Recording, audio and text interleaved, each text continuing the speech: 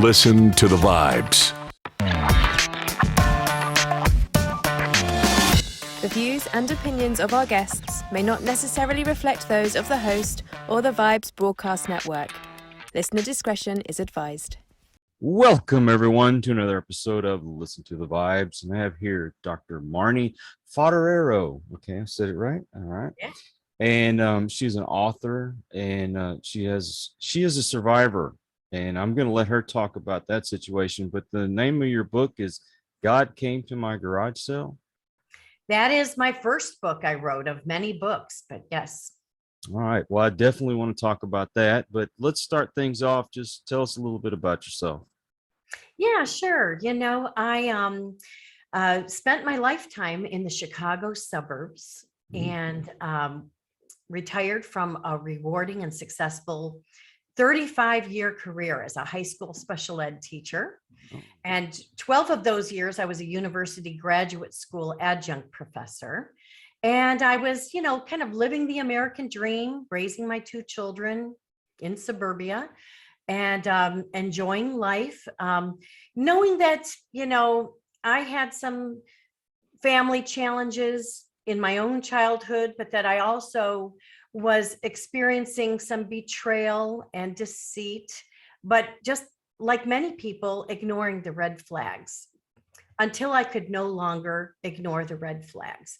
So I filed for divorce after 27 years of marriage, and again was just kind of shell-shocked. I didn't realize, I knew there would be repercussions, but I didn't realize the extent of them.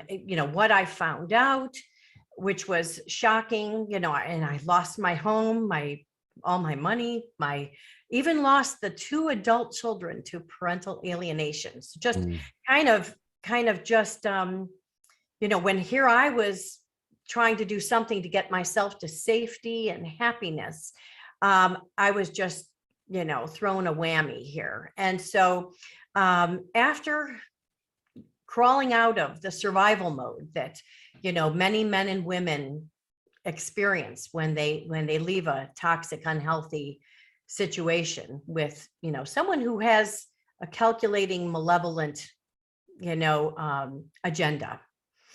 I really had to do some soul searching, which I did. And I did a lot going back into my own childhood and trying to figure out the dynamics of my own family and core wounds that made me a target for something like this. But I've always been a very happy, positive person.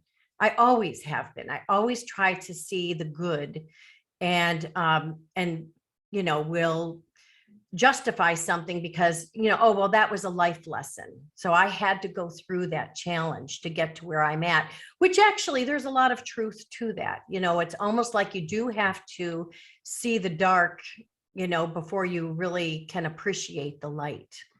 So what I found was extremely healing, was to write, to use words, to use language. It just felt like a safe place for me to kind of work out what I experienced, because, it's not just, the toxic marriage and it's, even though it's the most significant, losing your children to parental alienation, you realize that your support system is not there. Your friends and family have already been kind of gaslit and the smear campaign has already been in full throttle, so that by the time you really need to get some support from family, friends, or neighbors, they're not there, so you're really left to navigate, your situation on your own. But then again, I always had a positive outlook. I knew I would be a survivor, but I did have some miracles happen at this garage sale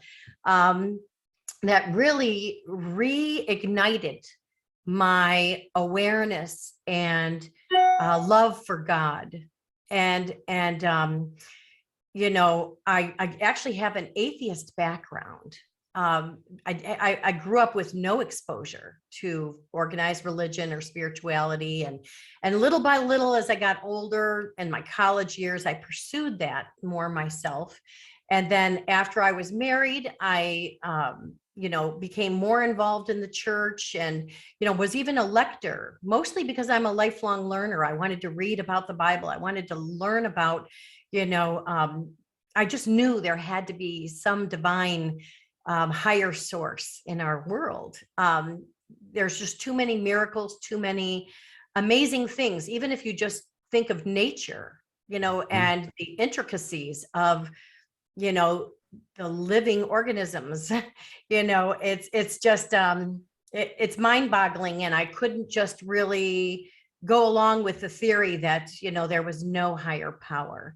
But now I'm leaning more towards just spirituality. I don't necessarily need to be in four walls. And, I know there are people that really enjoy the community aspects of all of that, but I also see a lot of hypocrisy, when it comes to church leaders and, the whole, sometimes when you get man involved, not man meaning men, but just humans involved in things that really they shouldn't, it takes away from the what it's really all about.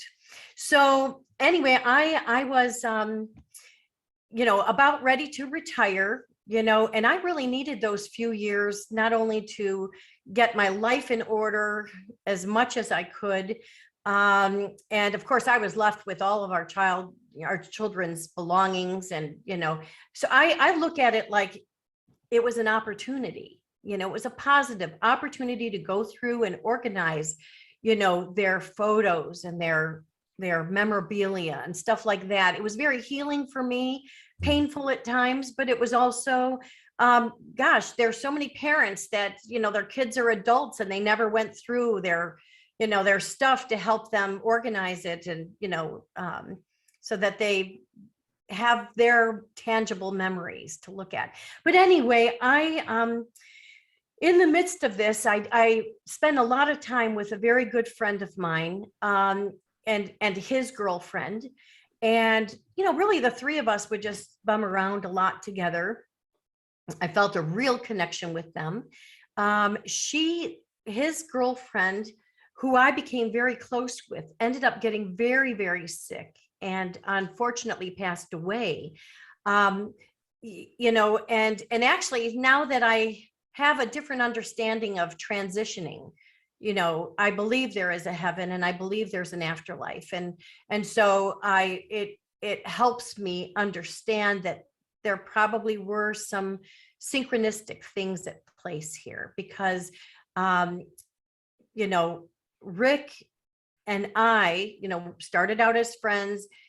When she had passed away, I was there for him, helping him kind of pick up the pieces of his life. And he was there for me. And so a wonderful friendship, just evolved. And it was so refreshing to be around someone that was intelligent and kind and honest, things that I didn't really experience for all those years. I might have experienced them in the beginning with the love bombing that happens when someone wants to hook you in. But, I certainly for many, many years was not around the intelligence and the honesty and the caring and the same beliefs as far as spirituality. And, the deep discussions really connected, Rick and I. But anyway, we ended up traveling around the world, seeing all sorts of places. And that was just so exciting, because we both just have a love of people and a love of culture and a love of travel, the experiences, very, very much open mind to different people around the world. And we kept on coming back to the Caribbean. So 3 years ago, we moved from the Chicago suburbs to the Caribbean. So I am, coming to you from the US Virgin Islands, where I was able to kind of heal and enjoy nature. I mean, every day it's another amazing experience. Every day. I mean, it's just so much fun. We're embracing this wonderful life we have here. But it brought out the creativity in me. And within the last year and a half or so, I wrote a 5-book series called True Deceit False Love, and that is bringing awareness to domestic violence, narcissistic abuse, parental alienation, and then intergenerational family trauma. So not telling my own story or anything like that, but providing tools, resources, references, terms and phrases, poetry, even a word search puzzle book to just help you calm down, but at the same time learn about what you might have been through. So life is good. I've come out the other side, on top of the world, in a real sense, not with a false narrative. Oh, that's amazing. I want to touch on the fact that we go through so much in life, and I think it's to prepare us for better things, like the situation I told you about before we started with my first marriage.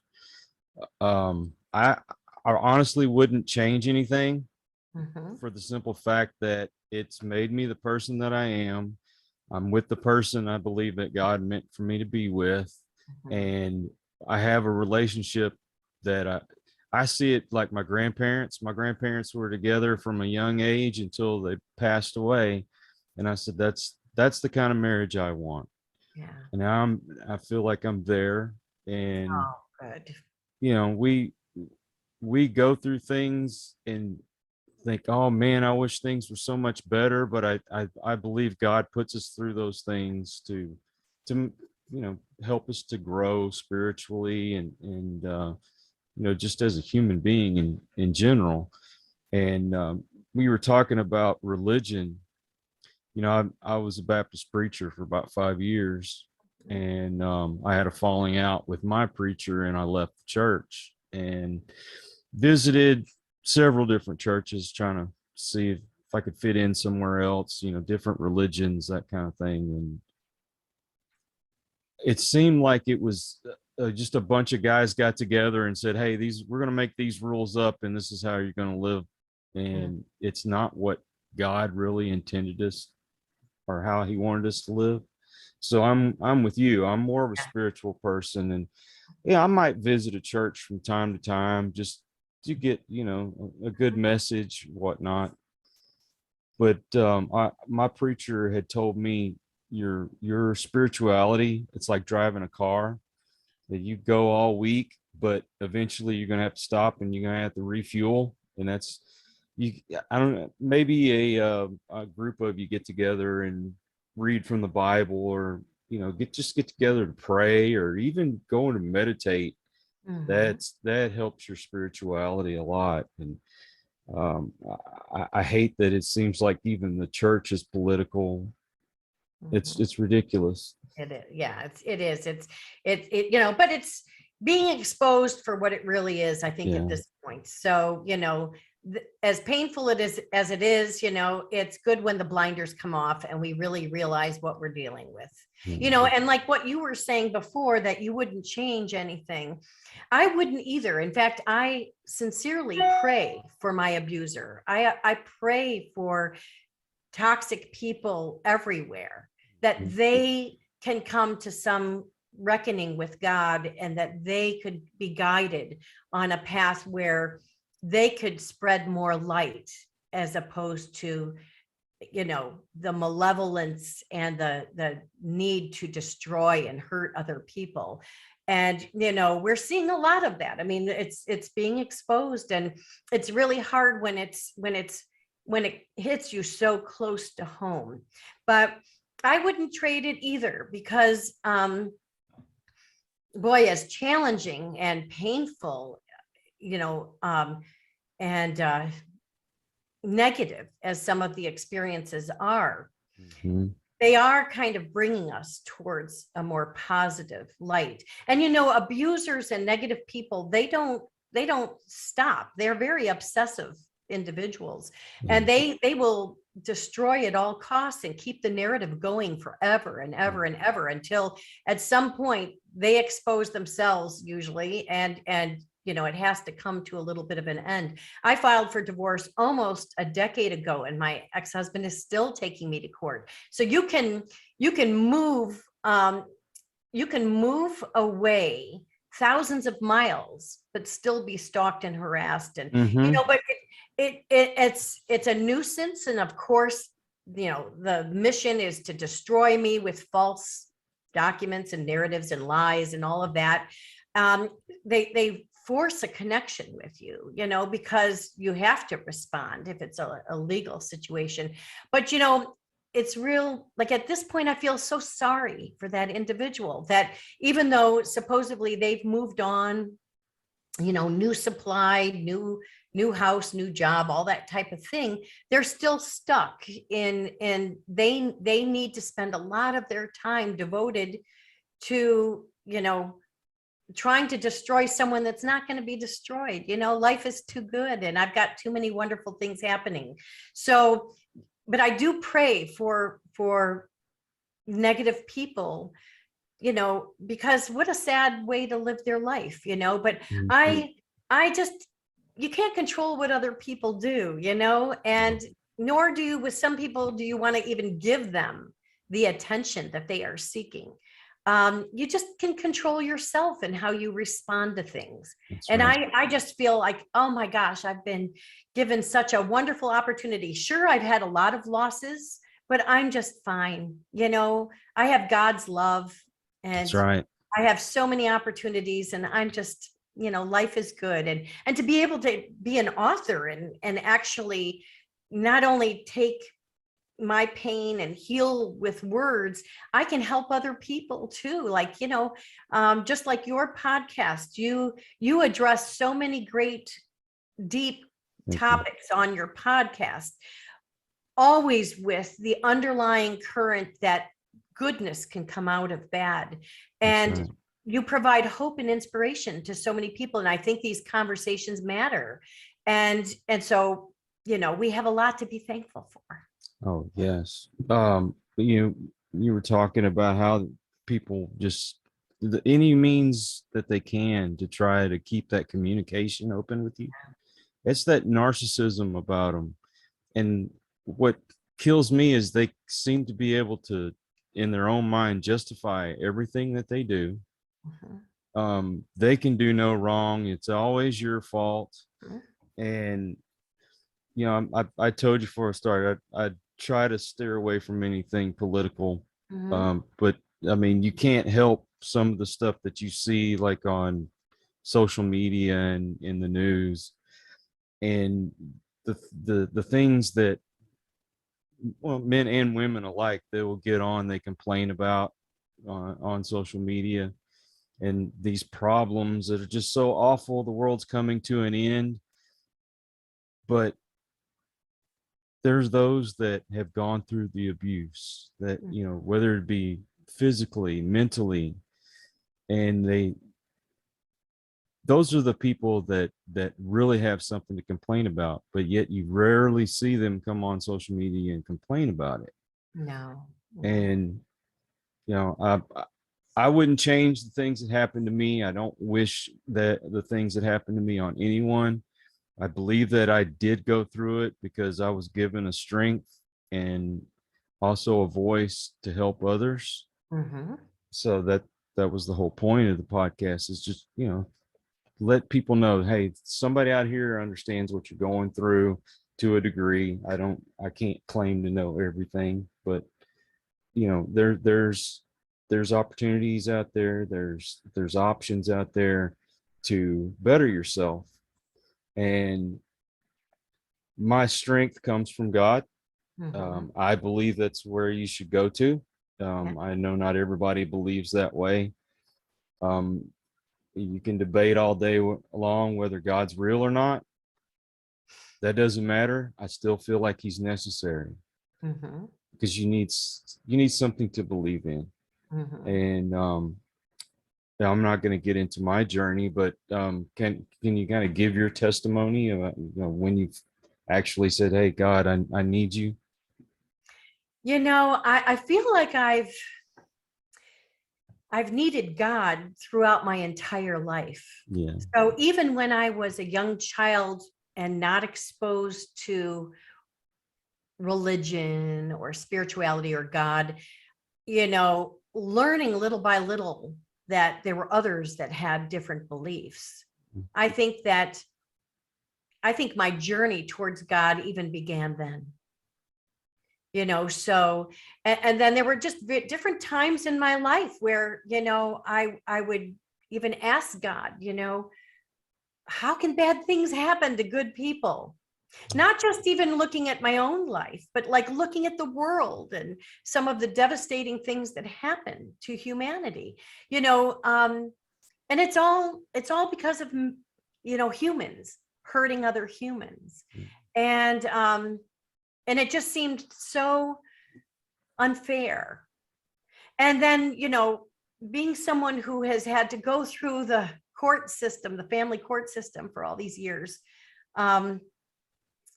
justice does not always prevail. And that is such a hard thing, so hard to wrap your head around. Like, wait a minute, I have the facts.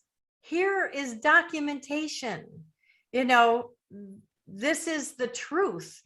And you will still have the justice system support the people with the false mask on, with the lies, with the, and it's so clear to the honest truth tellers that it's shocking. But that's unfortunately part of our society.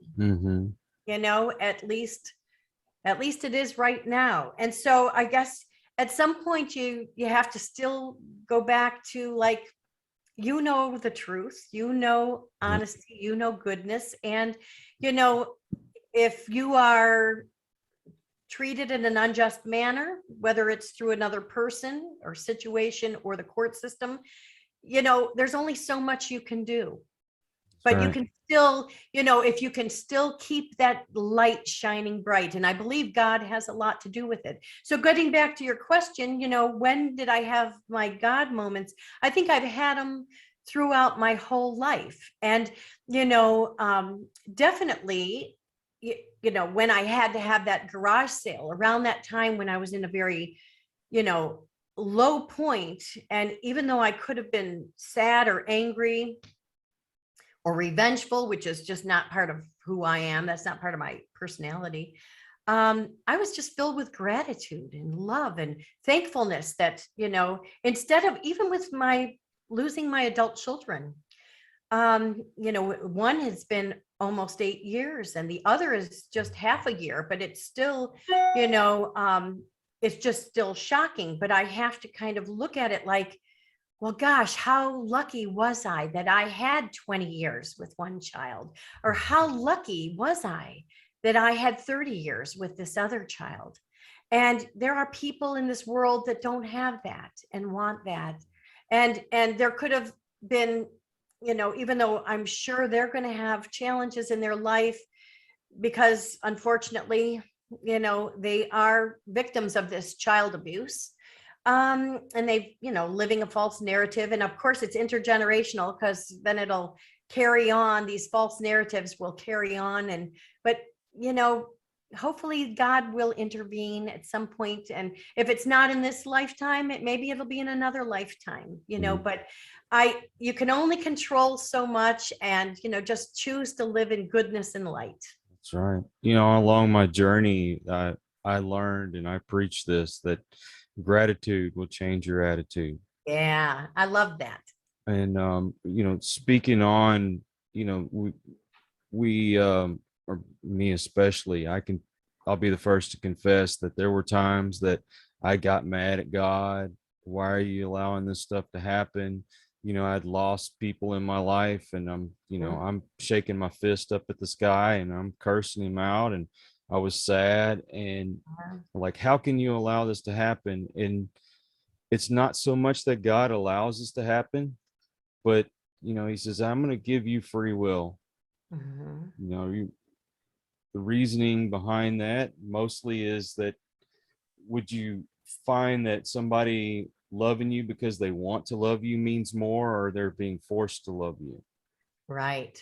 And another thing is, hey, I'm giving you these choices. I'm saying you can live your life however you want to, but there are consequences to it. And so our society I mean, we choose to live the way we do. I mean, I think we're back in Sodom and Gomorrah again, but Yeah. Yeah. you Well, know, the light is slowly trickling through. So the truth is slowly yeah, being, unveiled. And hopefully more people will be critical thinkers, yeah. that they could get the tools they need to look at things for what they really are. But we can only hope. Well, it's sad that we are ashamed of doing the right thing now. Mhm. I don't Yeah. understand. It's like Yeah. you're going to be popular if you sleep around, if you're doing drugs and you're drinking and all these things that we shouldn't be doing. I don't understand. Well, I don't understand the mentality. people need an aha moment, and Mhm. sometimes it really takes being in a traumatic situation before you can really see the light.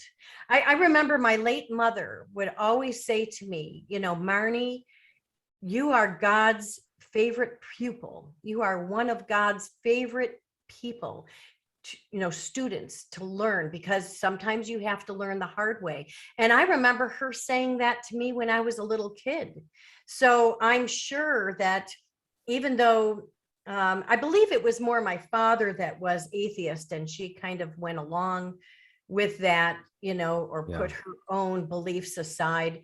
Um, she did mention that a lot. I do remember that, even when I was younger, God is trying to teach you a lesson, and you know, luckily you're smart enough to learn it, open and aware enough to learn it. Well, I spent most of my life as I don't know if you would say atheist or agnostic, but I definitely wasn't walking in the path of God. And the funny thing is I met a guy. He used to be a bandito, and I mean, when I was an exterminator, and so I went there to do a termite inspection. And man, guys got motorcycles and tattoos and real rough looking guy, and these are the guys that I grew up around.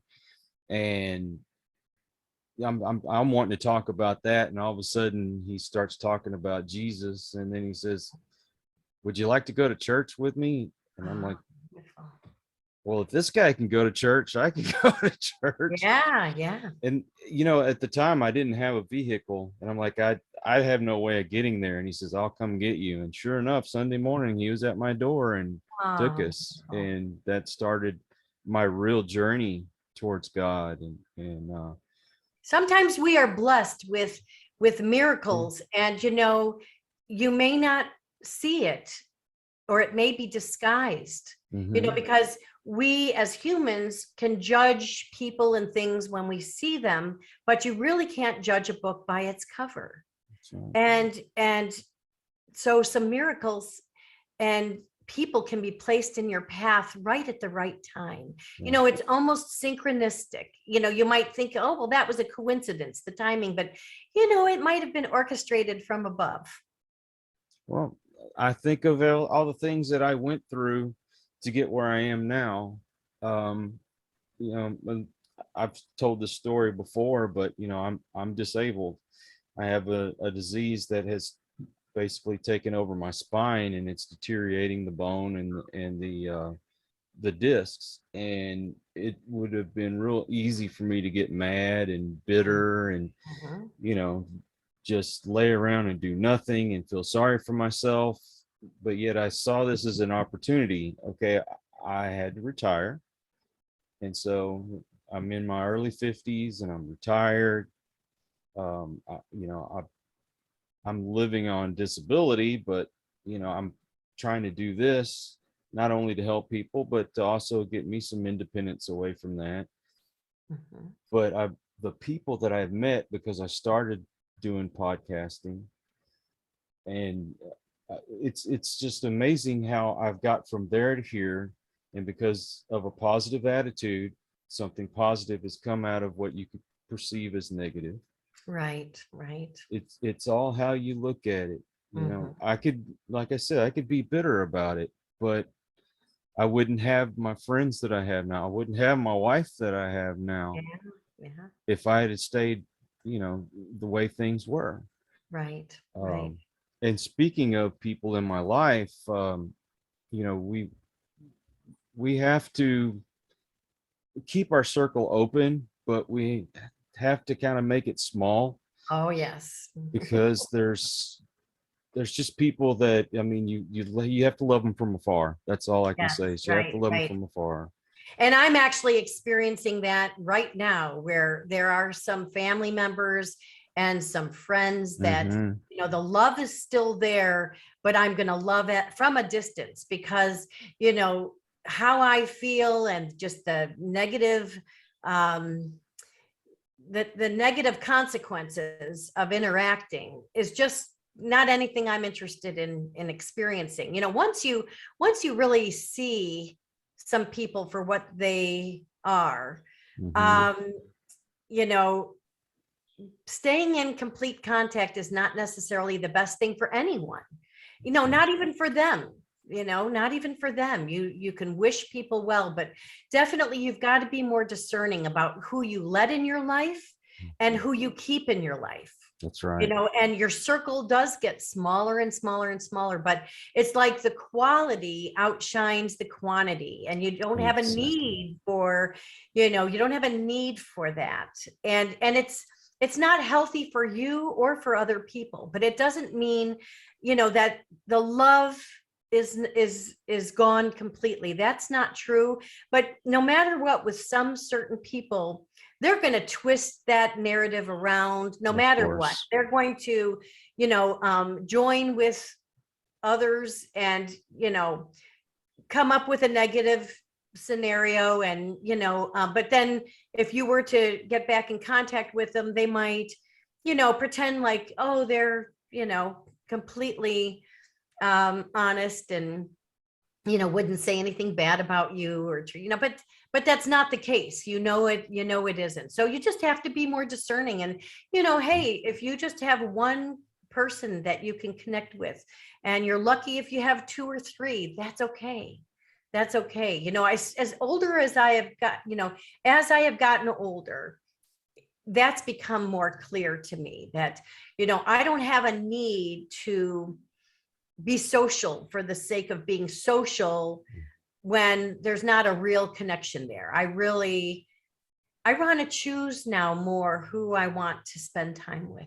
That's true. And that's okay, you know. And some of that also, you become a little bit stronger in loving yourself. You know, that whole self-love term and concept sometimes is overrated, but there's a lot of truth to that you really do need to be comfortable being in your own skin and staying true to your values. That's right.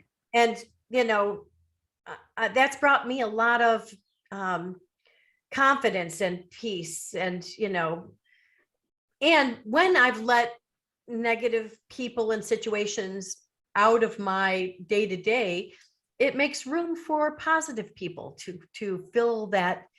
It's not really a void, but just to come in and enrich your life. You know, you can always tell when you're in the wrong relationship when you start to lose who you are, forget who you are, and you're living for them and not so much for yourself anymore. Yeah. So, you know, there's a song by REO Speedwagon that talks about, you know, I didn't learn how to live till I lived by myself. That's not exactly how it goes, but Right. Yeah. um, it took me all those years of living by myself to remember this is what I really believe in. This is what I like. This is the person I want to be. And then God put Michelle in my life because, you know, even though we have our differences, there's so much we have in common. We have the same goals in mind. We have the same values in the mind. We both love family, and that has made the difference, was living by myself, figuring out who I was. And back to the people that we've kind of let out of our lives, but in loving them from afar, when they talk bad about you, there's one or both reasons why. One is they're either jealous, or you have changed, you have exposed the things that you're doing wrong, and they can't let go of that. Mm-hmm. So they're trying to find an excuse why they can keep doing the things they're doing, and that you're wrong for changing. Right. That's ridiculous. Yeah. And, even though, you could get upset because you've had to let go of these people. You were talking earlier about, people will kind of, I don't know, they disappear when you really need them. Mm-hmm. You can get mad about that, but that actually lets you know, okay, this is probably somebody I need to let go of. Right. The true colors come out. Right. I hate letting go of people. There's people I've been friends with for 30, 40 years that I no longer really talk to. Mm-hmm. And because I can't get back into that life of drinking and drugs and all that. I go right back to that same person I didn't like before. Right. But I tell you what, if they really needed me, of course I would be there for them. I love them, but I just can't. I can't be around. Day to day. Right. So, how many books do you have? I have a lot of books. I do. The first book I wrote was a spiritual fiction, God Came to My Garage Sale. And, I'm not on social media or anything, but that's my website is the same name of this spiritual fiction. And, in that book, I account, even though it's a fiction, it's really based on true experiences and that were really miraculous. And, so that's my first book. And I was so thrilled it won the 2020 Best Books Award, and it was endorsed by James Redfield, who wrote the Celestine Prophecy. So that was really cool. And then I have written, a 5-book series called True Deceit False Love. And all of the different covers have an abuser with a mask on and the mask slipping, because that is kind of what happens. They expose themselves for what they are. So that is a 5-book series. My publisher is Balboa Press, which is a division of Hay House. And like I said previously, this brings awareness to some of this family dynamic situation with poetry, with puzzles, with terminology, that type of thing. And then I'm also a co-author to 5 anthology books where I've contributed a chapter, and I still get requests to contribute an essay or an article for various magazines or books and that type of thing. So I enjoy, doing that, partly just to bring awareness to some of these family dynamics that people don't talk about a lot.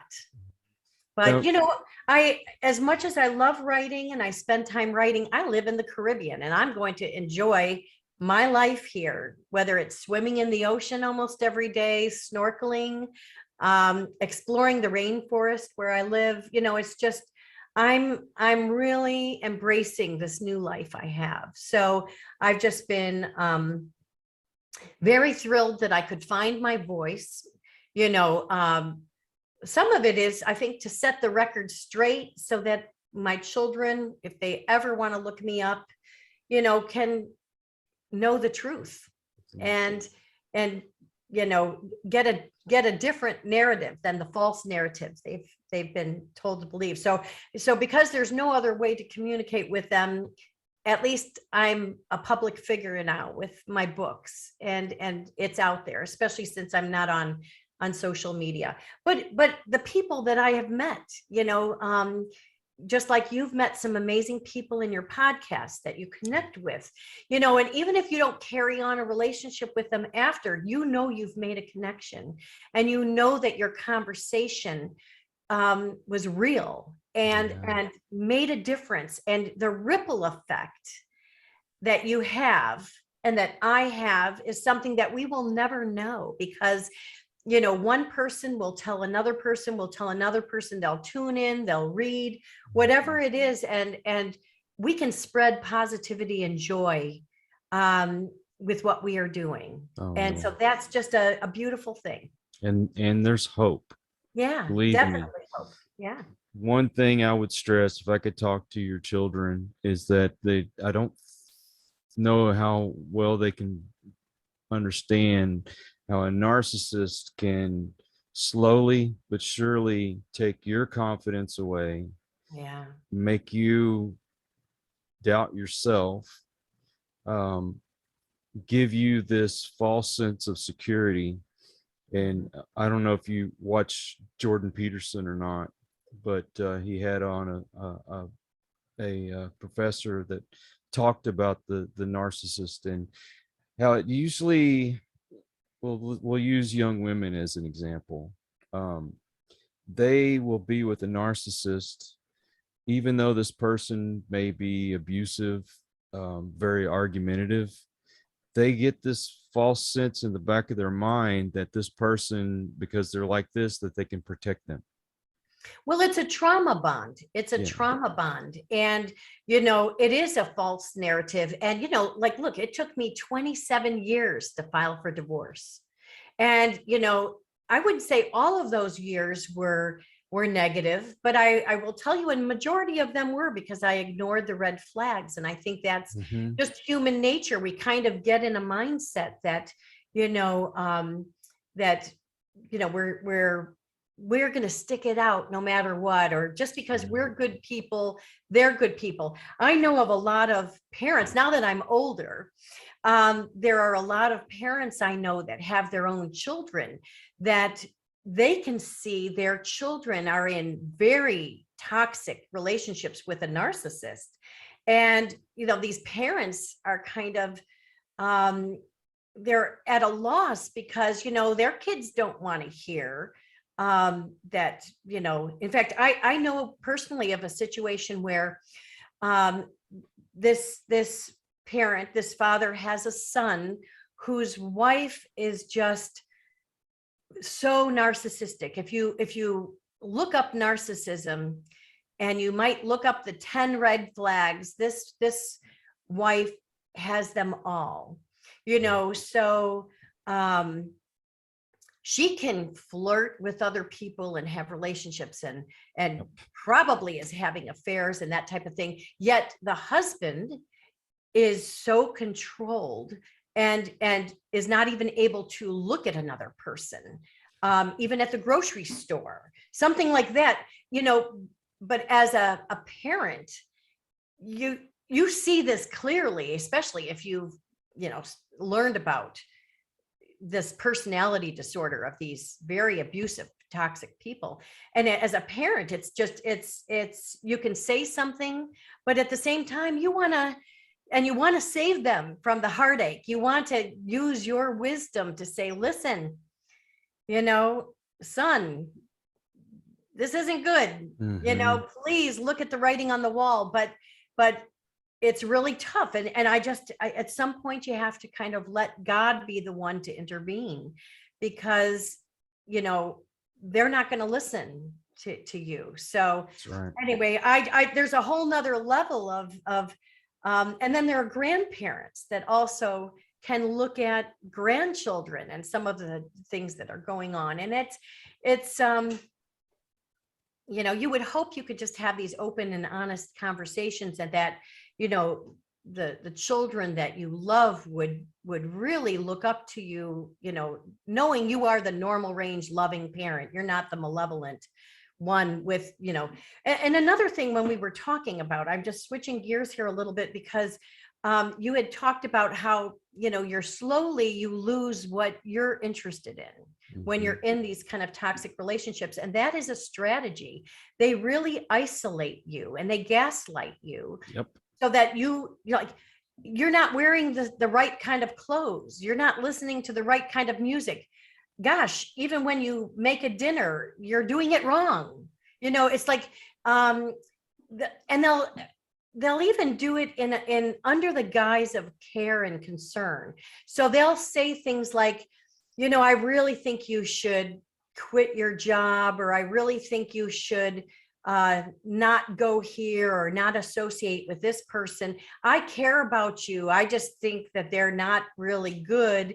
And so you even begin to isolate yourself from the things that you like. You might even stop listening to some music that you've always really loved, and you have to kind of rediscover that after your light bulb goes on and you're like, wait a minute, I was a person with interests, and passions.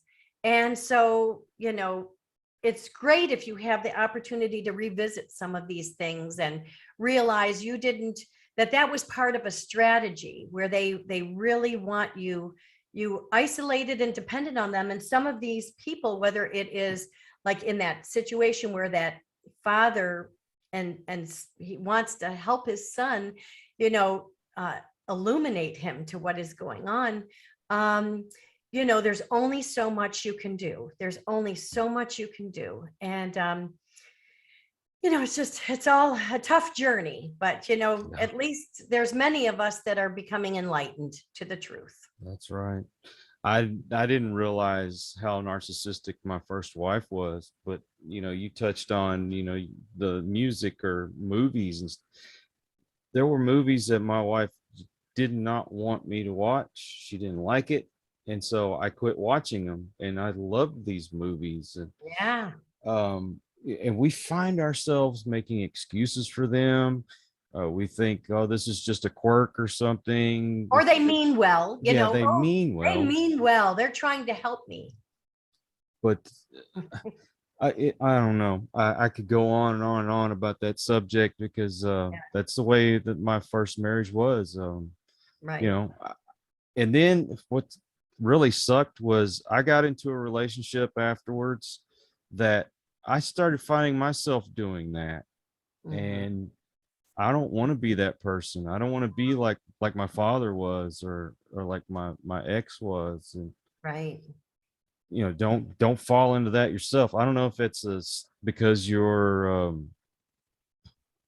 compensating or what, but you could easily fall in that to yourself and get help. Good Lord, don't do that to others. Right. And I'll tell you, it's so refreshing, that Rick and I met later on in our life because neither one of us have a desire to change the other person. Yeah, that's where we are. Really, we just don't.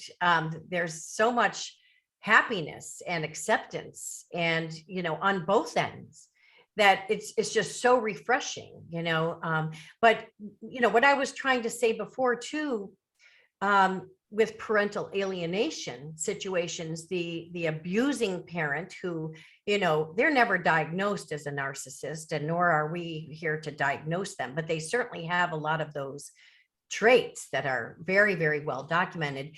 They want the trauma bond with those adult children. They want those kids dependent on them. Mm-hmm. They make sure that they shower them with strings attached to whatever material possessions, and oh my God, yes. Unfortunately, these adult kids, there's so much research on it. So anyone that's listening or watching that wants to learn a little bit more, check out my website, godcametomygaragesale.com. Check out my 5-book series, but also there's a lot of other people out there that are writing about parental alienation and some of the strategies that these abusive parents do. In fact, they sometimes do it under the guise of care and concern too. Oh, your mother means well, but she's just not capable of being a good mother, or, your father really never loved you, when really that's the farthest thing from the truth, but these kids live in fear. And then at some point, they're worn out and exhausted and wiped out. And it's much easier to just go along. They know that other parent, the loving parent, will survive. Most of them do. Some don't. The heartbreak can kind of overwhelm and take over. But the research really shows that they align with the one that is abusive. And it's as sad as this dynamic is, there needs to be more communication about this, more dialogue. And certainly the courts and the schools and the police officers, they need to sort of learn to understand some of these strategies that, calculating, manipulative people do. And then there might be a little bit more justice, and then these children can have relationships with both of their parents, because really when there's parental alienation, they cut off not only you, but that entire side of the family, or anyone connected. And, and the false narrative just gets strengthened and strengthened. And it's just sad. So, having these conversations, it's just very important. Bringing awareness to it is something that I've, been compelled to do, because there's so many wonderful fathers out there. Oh, And there there's are. so many wonderful mothers out there that are now enjoying, their children, their God-given right to be a part of their child's life. What's so strange is my ex has my children believing that I abused them. Yeah. And I mean, yeah, I spanked my kids. I'm not gonna lie, I spanked my kids, but That's not abuse. I didn't abuse them. No, no. No, the things that happened to me growing up, that was abuse. Yeah. There's a big difference. And, but for whatever reason, if they're believing this false narrative, they need to really, sometimes it takes for them to even have their own children and realize, boy, that wasn't the scenario, that one parent was painting a negative picture of the other. Mm-hmm. Yeah, it's funny how smarter you get the older your children get. Because they start, if they have children and they start seeing their kids doing some of the stuff that they did, and how you have to discipline them. You can't just let them run them up. And then they start to, oh, now I get why you right. You But it's also the targeted parent, the one that does not have their children in their life, that was the disciplinarian, and not in a negative sense, but providing structure and life lessons. I mean, it could even be as simple as, I remember for years, I would want my children to make their bed and clean up their room and simple things like that, but that was even sabotaged. Oh, you don't have to do that. Don't listen to them. Oh my God, my wife did that too. Yeah. I mean, and so they're undermining you when you are the loving parent trying to give life lessons to your children to help them be independent, to help them be responsible. But, it's the other parent that sabotages that situation. And they're like, they call it the Disneyland parent, but, where, oh, let someone else take care of that. You don't have to be responsible. You are. Yeah. And so that's really giving a wrong message. So usually it's the loving, responsible parent that tries to bring some of that structure and natural consequences. You're trying to teach your children some life lessons, but it's very hard when you're undermined constantly. And if that happens enough, the children start undermining you and saying, I don't have to do what you say. That's what my kids did. That's exactly what they did. I would clean the house on my day off, and the next day it was like I never touched it.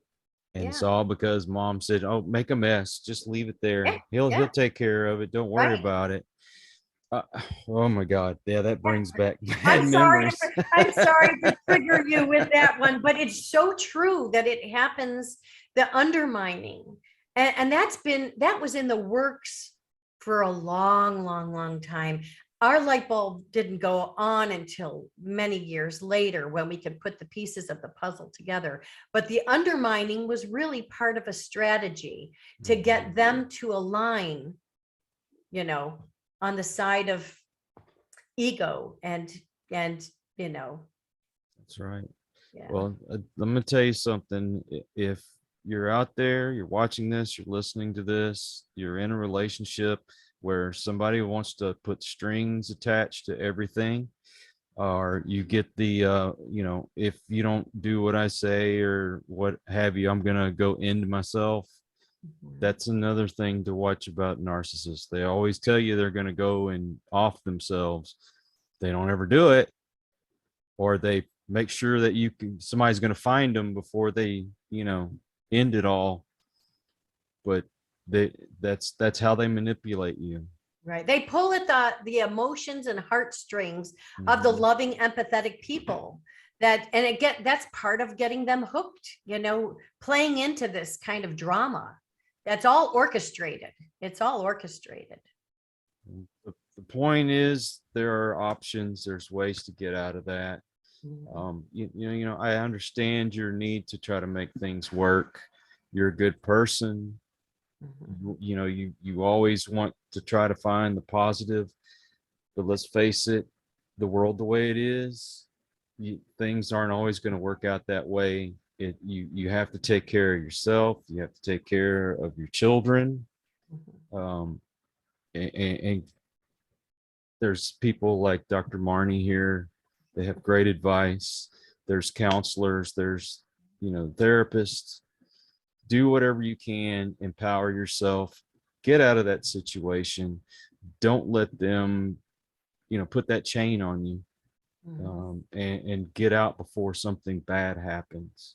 That's beautiful advice. I couldn't have said it any better. We have to not look at it like we're being selfish and full of ego, really taking care of ourselves. It's almost like where they say, put the oxygen mask on yourself first and then help the person next to you. Yeah. Well, even God says you have to get your own house straight before you can help anybody else. And I mean, the mental abuse that your children are going to incur because of that you have to look at that too. I mean, but even if you don't have kids, okay, you don't deserve to be treated that way. God doesn't want us to be treated that way. He gives us all the right tools. We just have to use them. Yeah. So Amen. So what's the name of that website one more time? It's godcame-to-my-garage-sale.com. All right. Well, Dr. Marnie, thank you so much for taking time out to talk to me today and to our audience. And I would like to keep in touch with you. So I feel the same way too. I just, you meet people and have a connection. And, when there's like-minded individuals that believe in good and believe in God, that it's the real deal. So I'm going to have to live out my dreams through you. You're living in paradise. So yeah, well, but I feel that paradise is wherever you land. I'm thrilled to be able to experience the Caribbean, but even when I was in the Chicago suburbs, I found beauty in every single season, in all my surroundings. There's beauty everywhere. Well, like my wife says, as long as I'm with you, I don't care where I'm at. Yeah, that's beautiful. That's beautiful. Well, to all of you out there, if you are new to the channel, please subscribe. If you are a regular, thank you for your support. Spread the word around. We want to help as many people as we can, and we do what we do because of you. Until the next one, everyone, please take care. Be kind to one another. God bless and peace. We hope you enjoyed this episode of Listen to the Vibes. You can catch us on Buzzsprout or wherever you listen to your favorite podcasts, and on YouTube. Follow us on Facebook at The Vibes Broadcast Network